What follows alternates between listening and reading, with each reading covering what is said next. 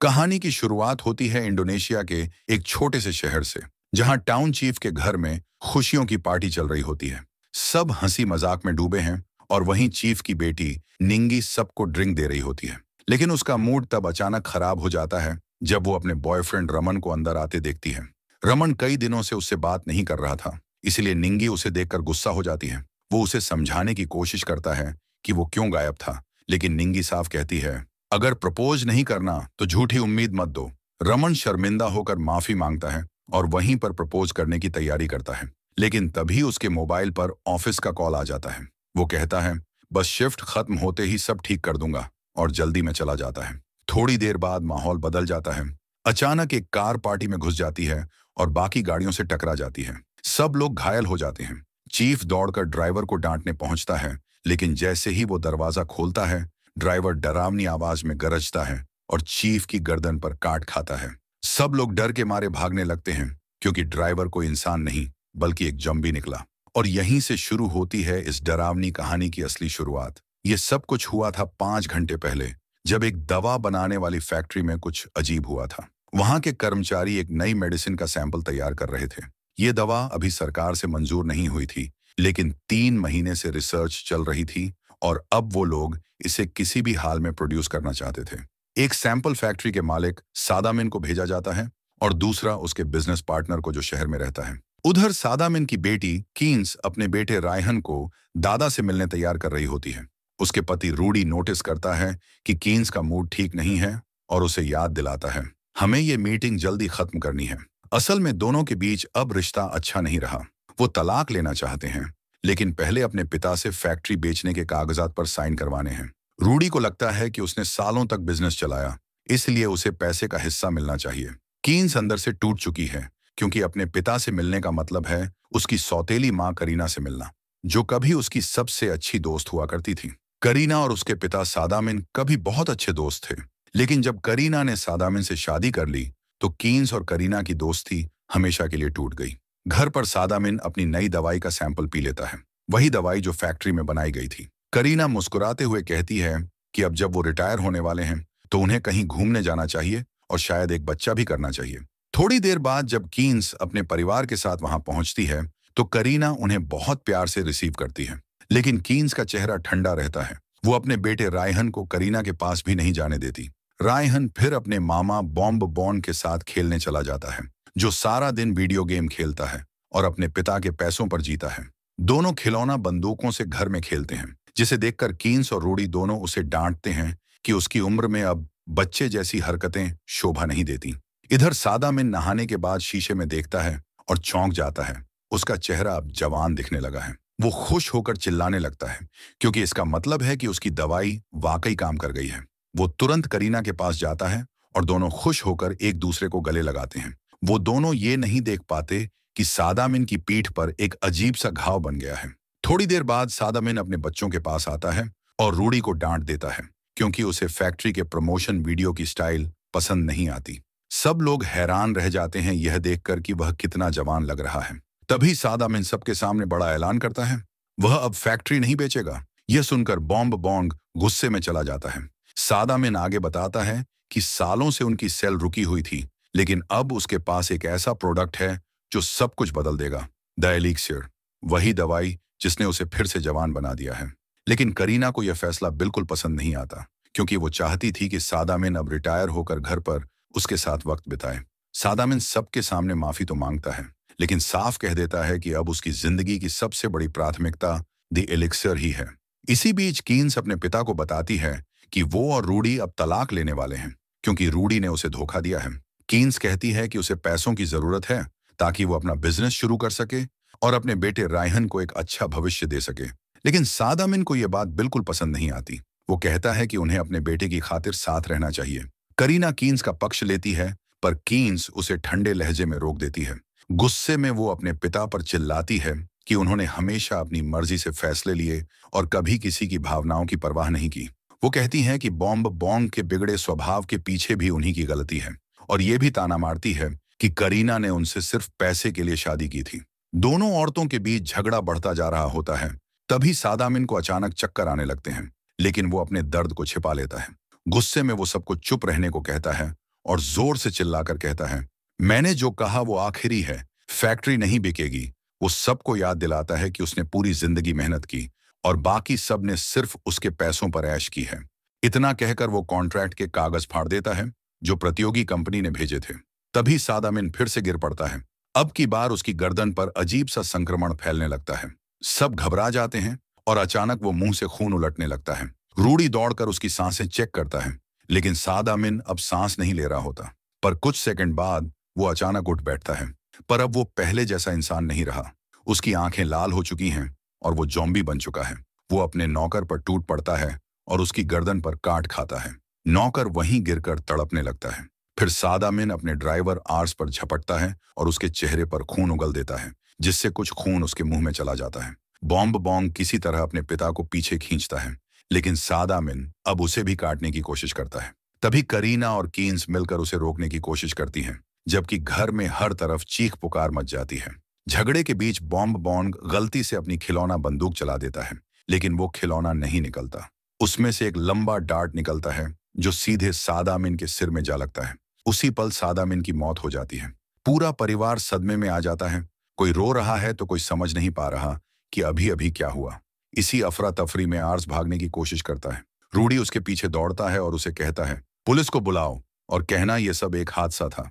Hours जल्दी से car में बैठकर निकल जाता है, लेकिन उसे खुद पता नहीं कि उसके अंदर संक्रमण फैल चुका है। उधर बॉम्ब बॉन्ग खुद को कार में छुपा लेता है, क्योंकि उसे लगता है कि उसने अपने पिता को मार दिया। वो गिल्ट में टूट चुका होता है। कीन्स उसे संभालती है और कहती है कि यह सिर्फ एक एक्सीडेंट था। दोनों भाई बहन एक दूसरे को गले लगाकर रोते हैं। इधर घर के अंदर बाकी फैमिली के सामने एक और डरावना मंजर आता है। नौकर पार्टी अब जॉम्बी बन चुका होता है। उसके मुंह से खून टपक रहा होता है और वो एक और नौकर पर हमला करता है। फिर वो करीना पर झपटता है, पर वो उसे जोर की लात मारकर नीचे गिरा देती है। अब पार्टी रूडी पर टूट पड़ता है, लेकिन नौकरानी उसे रोकने की कोशिश करती है। तभी पार्टी उसका हाथ और फिर गर्दन काट खाता है। बाहर कीन्स को वो नौकरानी दिखाई देती है जो अब आधी जॉम्बी बन चुकी है और किसी और कर्मचारी को काट रही होती है। वो डर से पीछे हटती है, लेकिन तभी बॉम्ब बॉन्ग कार तेजी से दौड़ाकर उस जॉम्बी पर चढ़ा देता है। शरीर दो हिस्सों में बंट जाता है, पर वो जॉम्बी फिर भी हिलती डुलती रहती है। पार्टी अब बाकी परिवार के पीछे भागता है और सब घर से बाहर निकल जाते हैं। कीन्स और बॉन्ग अंदर लौटते हैं तो घर सुनसान मिलता है। अचानक वही जॉम्बी नौकरानी दीवार के पीछे से निकलती है और उनके पीछे भागती है। दोनों किसी तरह भागकर दरवाजा बंद कर देते हैं। कीन्स बार बार रूडी को फोन करती है, लेकिन वो कॉल नहीं उठाता। जब दोनों वापस कार के पास पहुंचते हैं तो देखते हैं कि जिस जॉम्बी का आधा शरीर गिरा था, उसका ऊपरी हिस्सा अब भी जिंदा है। वो उन पर झपटती है, पर बॉम्ब बॉन्ग उसे जोर से लात मारकर गिरा देता है। दोनों जल्दी से कार में बैठते हैं और वहां से निकल पड़ते हैं, जबकि पीछे से सारे जॉम्बी नौकर उनका पीछा कर रहे होते हैं। उधर आर्स, जो पुलिस स्टेशन जा रहा था, ड्राइव करते करते ही जॉम्बी में बदल जाता है। वो कार से कंट्रोल खो देता है और सीधा उस पार्टी में जा टकराता है जहां से ये सब कहानी शुरू हुई थी। फिर वही दृश्य दोहराता है। आर्स उठता है, पार्टी में घुसकर सब मेहमानों पर हमला करने लगता है और देखते ही देखते पूरा जश्न खूनी तबाही में बदल जाता है। करीना और उसका ग्रुप सड़क के किनारे एक ट्रक देखता है, लेकिन अफसोस वो बंद होता है। तभी उन्हें पीछे से पार्टी के आने की आवाज सुनाई देती है तो सब घबराकर छिप जाते हैं। पार्टी ट्रक के आसपास उन्हें ढूंढता है, लेकिन किसी को नहीं देख पाता और आगे बढ़ जाता है। जैसे ही सब राहत की सांस लेते हैं, अचानक रूडी का फोन बज उठता है और आवाज सुनकर पार्टी वापस लौट आता है। अब पूरा परिवार मिलकर पार्टी से लड़ता है। वो बार बार किसी ना किसी पर झपटता है और काटने की कोशिश करता है। बड़ी मुश्किल के बाद करीना को ट्रक में एक कांटा पिचफॉर्क मिलता है, जिससे वो पार्टी के कंधे पर जोर से वार करती है।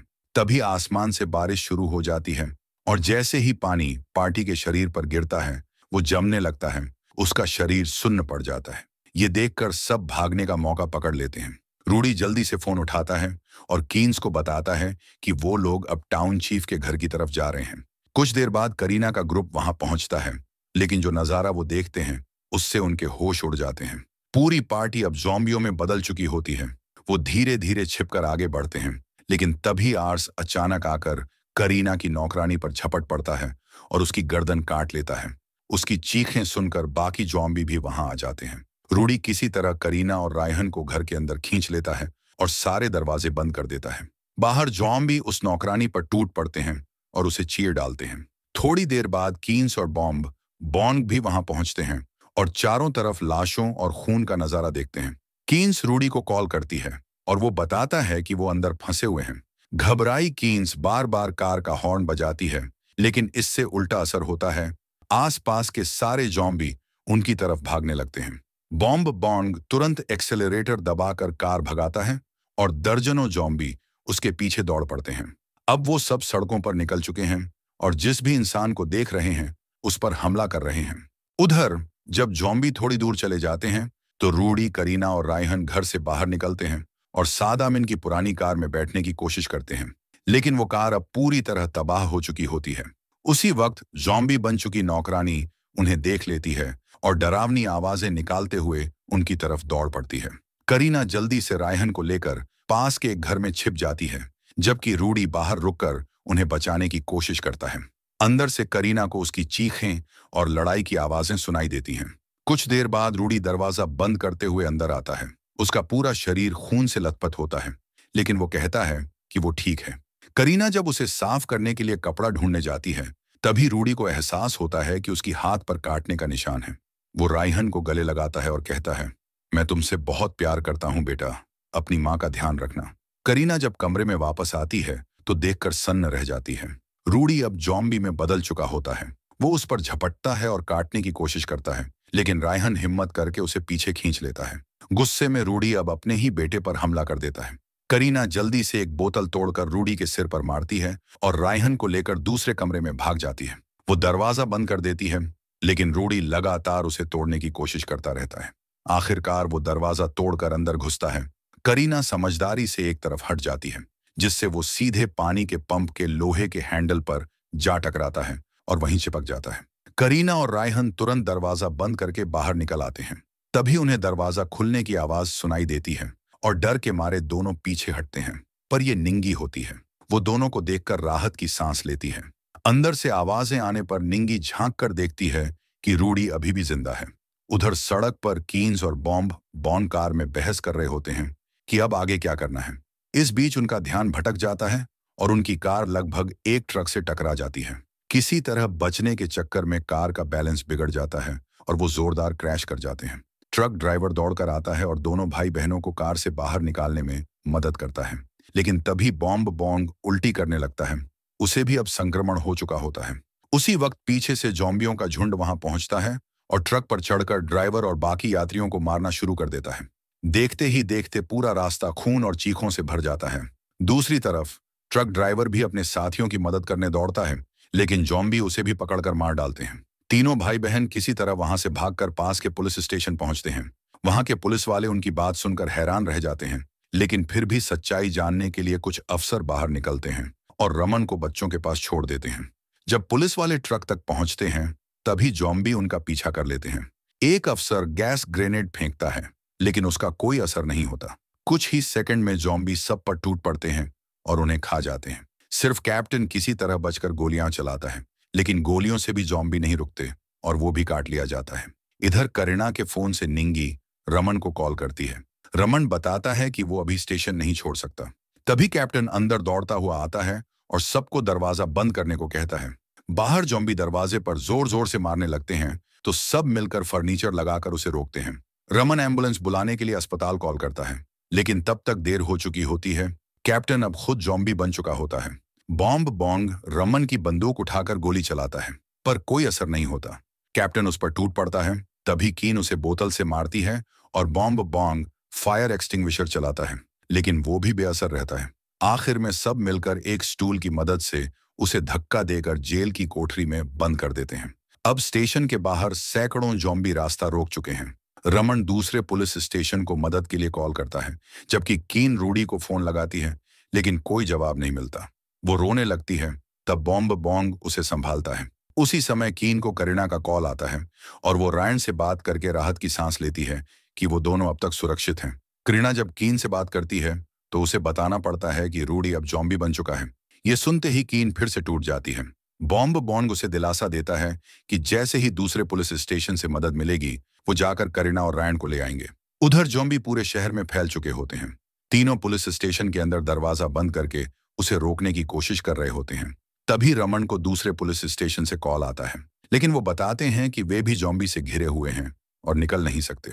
कुछ सेकंड बाद दूसरी तरफ से चीखें आती हैं और कॉल कट जाता है। तीनों ऊपर बालकनी पर चढ़ते हैं और देखते हैं कि नीचे पूरा इलाका जॉम्बियों से भर चुका है। कीन फिर से करीना को कॉल करती है और दोनों पुराने दिनों की बातें करने लगती हैं। करीना बताती है कि वो सटामिन से सच में प्यार करती थी, लेकिन उसे कीन की भावनाओं का भी ख्याल रखना चाहिए था। कीन भी रोते हुए माफी मांगती है और कहती है कि उसे अपनी सबसे अच्छी दोस्त की बहुत याद आती है। वो करीना से वादा लेती है कि अगर उसके साथ कुछ हो जाए तो वो रायन का ख्याल रखे। तभी पास के किसी लाउडस्पीकर से प्रार्थना की आवाज आने लगती है। उस आवाज से सारे जोम्बी उसी दिशा में दौड़ पड़ते हैं। रमन को याद आता है कि पुलिस ने पहले कुछ पटाखे जब्त किए थे, तो वो एक पटाखा जलाकर मैदान में फेंक देता है। आवाज सुनकर जोम्बी उधर भाग जाते हैं और मुख्य दरवाजा खाली हो जाता है। इसके बाद रमन सबको सेफ्टी गियर पहनने और बंदूकें उठाने को कहता है। निकलने से पहले वो निंगी को कॉल करता है और बताता है कि वे रास्ते में हैं, मगर तभी जॉम्बी फिर दरवाजे पर लौट आते हैं। रमन और बॉन्ग दरवाजा थोड़ा खोलकर दूसरा पटाखा जलाने की कोशिश करते हैं, लेकिन वो हाथ से गिर जाता है और अंदर ही फट जाता है। धमाके की आवाज सुनकर और जॉम्बी अंदर घुसने लगते हैं। दोनों दोबारा कोशिश करते हैं और इस बार कुछ पटाखे सही दिशा में उड़ जाते हैं। शोर सुनकर जॉम्बी उनका पीछा करने बाहर भागते हैं और रास्ता साफ हो जाता है। तीनों तुरंत स्टेशन से निकलते हैं और गाड़ी ढूंढने लगते हैं, लेकिन बाहर सड़कों पर भी कुछ जॉम्बी भटकते नजर आते हैं। रमन गोलियां चलाता है और आखिरकार एक जॉम्बी को मार गिराता है। तभी उसे समझ आता है कि ये प्राणी तभी मरते हैं जब उनके सिर पर गोली लगती है।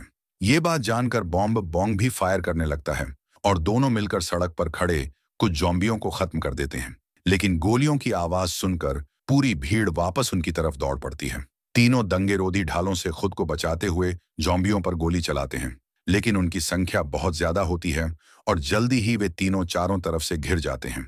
तभी आसमान में बिजली चमकती है और उसी पल घर के अंदर रूडी पूरी तरह पागल हो जाता है।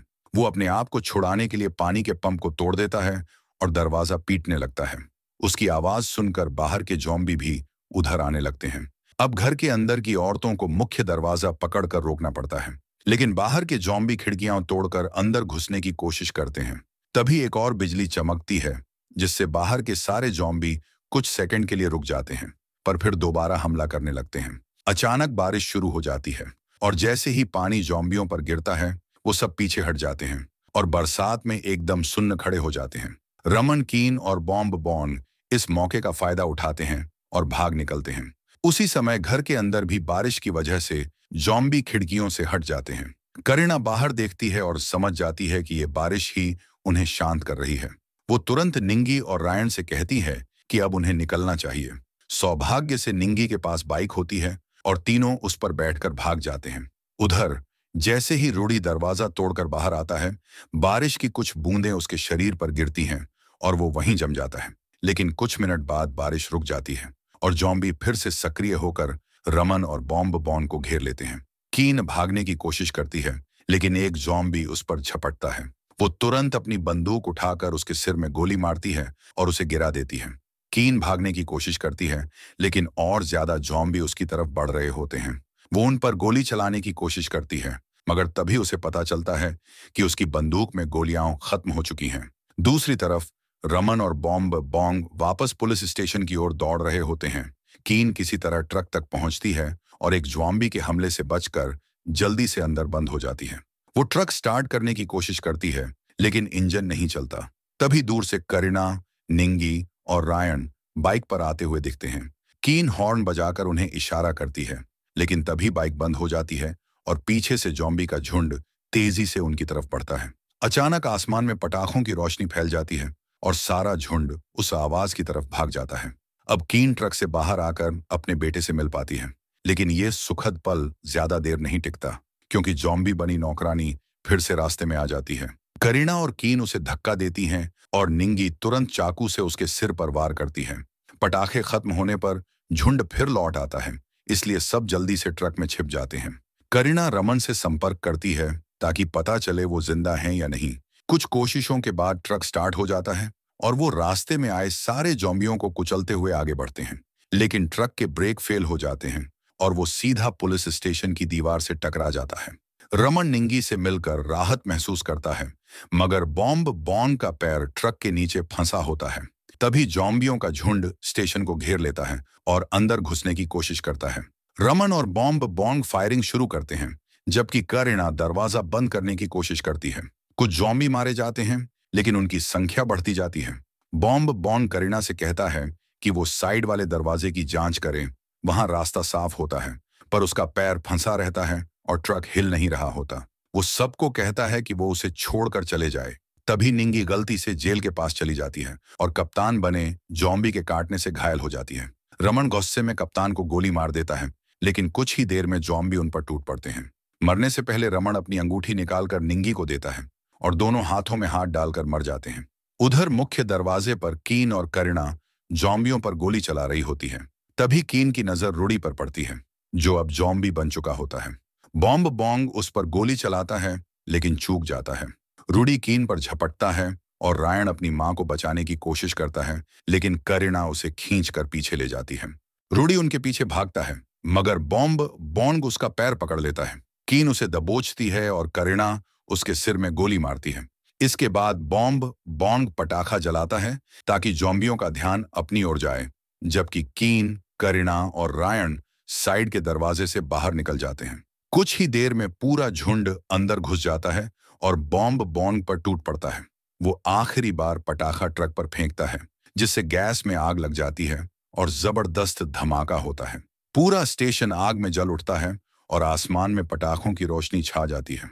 करीना, कीन और रायन किसी तरह सड़क पर पहुंचते हैं और गाड़ी ढूंढने लगते हैं। तभी कीन नोटिस करती है कि उसके हाथ पर काटने का निशान है। उसकी आंखों में आंसू आ जाते हैं। वो रायन को गले लगाकर कहती है कि अब वो उसके साथ नहीं जा सकती। फिर करीना को गले लगाकर उससे रायन का ध्यान रखने की विनती करती है और अपनी बंदूक उठा लेती है। इसी वक्त जलते हुए जॉम्बियों का झुंड सड़क पर आ जाता है। कीन पटाखा जलाकर उनका ध्यान अपनी तरफ खींचती है ताकि करीना और रायन बाइक पर भाग सकें। जब वो दोनों दूर निकल जाते हैं, कीन मैदान के बीच जाती है और खुद को गोली मार लेती है। सुबह होते ही करीना और रायन एक पुल पार कर शहर की ओर निकलते हैं, बिना जाने कि पीछे पार्टी नाम का जॉम्बी उनका पीछा कर रहा है। वहीं शहर में सैडिन का बिजनेस पार्टनर एलिक्सिर का सैंपल पीता है और उसकी जवान दिखती शक्ल देखकर उसका पति हैरान रह जाता है। और इसी सीन के साथ ये फिल्म खत्म हो जाती है।